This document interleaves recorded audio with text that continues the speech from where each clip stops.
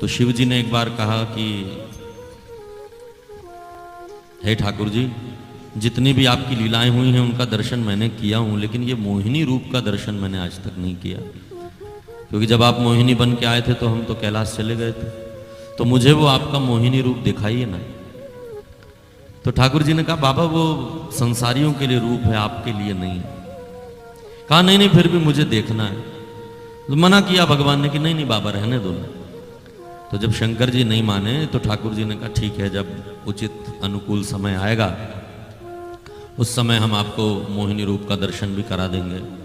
तो एक दिन शिव और भवानी बैठे हुए थे, उसी समय भगवान मोहिनी बनकर के हाथ में गेंद खेलते हुए, गेंद उछालते हुए, सुंदर वस्त्र पहन करके और भोले बाबा के सामने से निकले। और शंकर जी ने देखा, ये तो देखो लीला है, लीला। शिव जी ने देखा और ऐसे मोहित हुए कि भागने लगे मोहिनी के पीछे, और दौड़ते दौड़ते मोहिनी भगवान ने पीछे पलट करके कहा बाबा बाबा मैं वो नहीं हूं जो तुम समझ रहे हो। शंकर जी ने कहा तू वो ही है जो मैं समझ रहा हूं, कहां भागती है। और जाकर के जैसे ही मोहिनी भगवान के और करीब पहुंचे तो फिर तो नारायण शंख चक्र गदा पद्म लेकर चतुर्भुज रूप में आ गए। लेकिन इस घटना में हुआ ये कि भगवान शंकर का अमोघ तेज स्खलित हुआ और धरती में उसके कारण सोना, चांदी, पारा, जितनी भी श्रेष्ठ धातुएं हैं ये भगवान शिव के तेज से उत्पन्न हुई।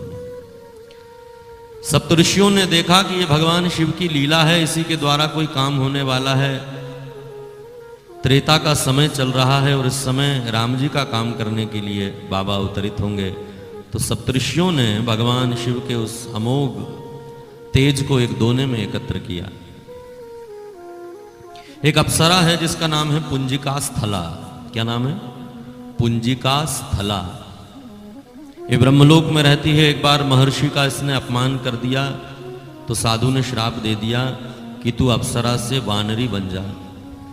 तो केसरी जी की पत्नी अंजना के रूप में यह प्रकट हुई, उनसे केसरी जी का विवाह हुआ। अब कथा यह भी है कि केसरी जी को भी श्राप है कि उनके द्वारा कोई पुत्र उत्पन्न नहीं हो सकता। तो ये जो अप्सरा जो श्रापित होकर के अंजना बनकर के आई है, अंजनी पर्वत पर पुत्र की प्राप्ति के लिए आंख बंद करके महादेव का तप कर रही है, नेत्र बंद है।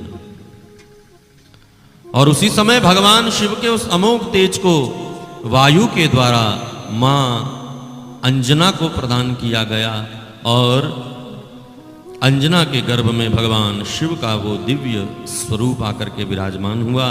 और फिर चैत्र मास की पूर्णिमा को श्री हनुमान जी महाराज का प्रागट्य हुआ। बोलिए हनुमान जी महाराज की जय। इसलिए हनुमान जी शंकर जी के पुत्र भी कहे जाते हैं। शंकर के अवतार तो हैं ही।